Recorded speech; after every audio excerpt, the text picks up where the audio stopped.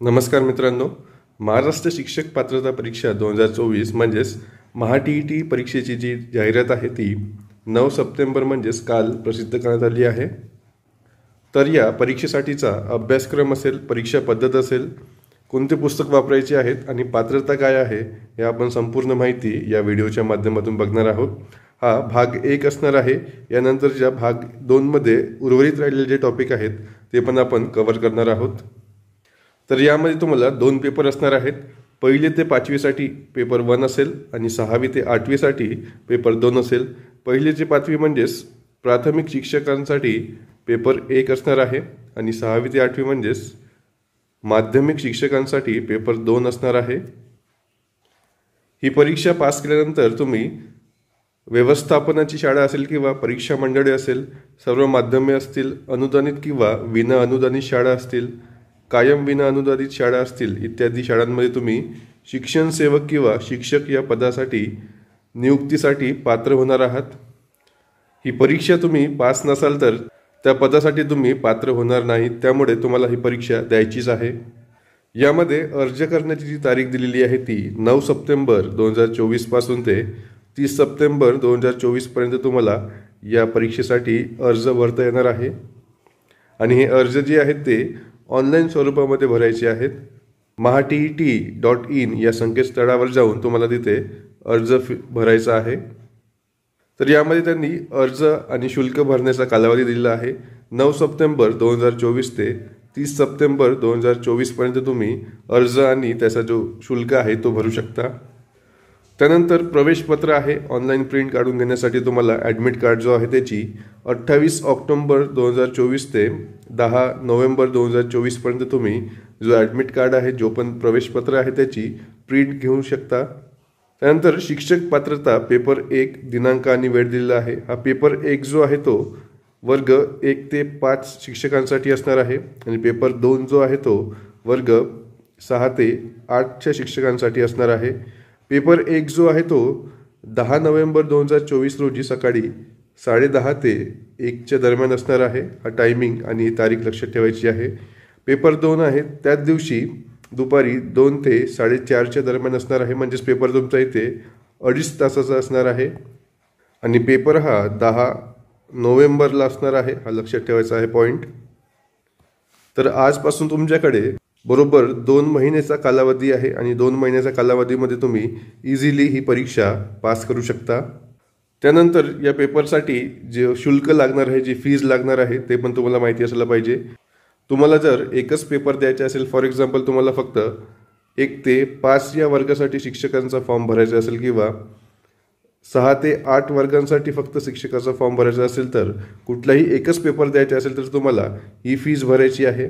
SC साठी 700 रुपये आहे, ST साठी 700 रुपये आहे, अपंग उमेदवारांसाठी 700 रुपये आहे आणि इतर उमेदवार जे आहेत OBC असेल, EWS असेल, ओपन असतील त्यांच्यासाठी 1000 रुपयाचा शुल्क आहे।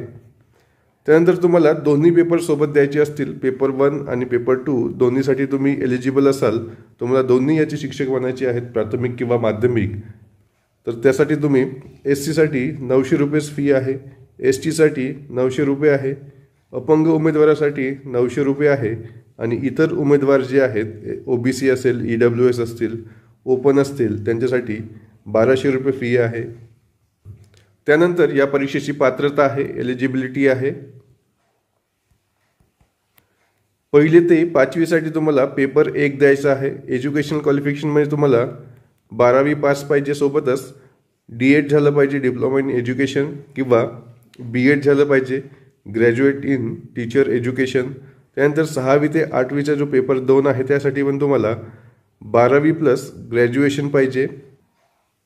1 ते 5 या वर्गांच्या शिक्षकांसाठी तुम्हाला मिनिमम 12वी पास असलं पाहिजे, प्लस हे जो तुमचा डिप्लोमा आहे D.Ed किंवा B.Ed यापैकी कोणतेही एक तुम्हाला इथे करायचं आहे। 6 ते 8 या वर्गांच्या शिक्षकांकरिता तुम्हाला 12वी पास पाहिजे, प्लस तुमचं कुठलंही ग्रॅज्युएशन असेल, फॉर एक्झाम्पल BA असेल आणि सोबतच तुम्हाला D.Ed किंवा B.Ed झालं पाहिजे। आणि दोन्ही जरी तुम्हाला पेपर द्यायचे असतील तर तुम्हाला हा क्रायटेरिया कंप्लीट केला पाहिजे। 12वी प्लस तुमचं कुठलीही डिग्री असो, BA, BSc, BCom आणि सोबतच D.Ed किंवा B.Ed तुमचं इथे झालं पाहिजे। त्यानंतर इंग्रजीमध्ये इथे एक्झाम पॅटर्न दिलेला आहे. महा TET पेपर 1 आणि महा TET पेपर 2. यामध्ये तुम्हाला इंग्लिशमध्ये चाइल्ड डेव्हलपमेंट अँड पेडॅगॉगी असणार आहे. लँग्वेज 1, लँग्वेज 2 हे कंपल्सरी आहेत. मॅथमॅटिक्स, एन्व्हायरमेंटल स्टडी यांचे 30-30 प्रश्न आहेत आणि 30-30 मार्कांसाठी असणार आहेत. असे टोटल 150 प्रश्न 150 मार्कांसाठी आणि जो वेळ आहे तुम्हाला इथे 2.5 तास दिलेला आहे. ही परीक्षा पद्धत आपण मराठीमध्ये समोरच्या स्लाईडमध्ये पण बघणार आहोत, पण ज्यांना इंग्लिशमध्ये पाहिजे आहे त्यासाठी आपण आधी इंग्लिशमध्ये बघत आहोत. पेपर 2साठी तुम्हाला हा सेम सब्जेक्ट असणार आहे. त्यानंतर लँग्वेज सेम आहे, फक्त जी लास्टचे 2 जे सब्जेक्ट आहेत ते मर्ज करून मॅथमॅटिक्स आणि सायन्स किंवा सोशल स्टडीज, सोशल सायन्स और एनी अदर सब्जेक्ट तुम्हाला इथे ऑप्शन सब्जेक्ट पण घेता येणार आहे. यामध्ये 30-30 प्रश्न 30-30 मार्कांसाठी असणार आहेत आणि लास्टमध्ये 60 प्रश्न 60 मार्कांसाठी आहेत. असे टोटल 150 प्रश्न 150 मार्कांसाठी आहेत आणि इथे पण तुम्हाला 2.5 तासाचा वेळ भेटणार आहे.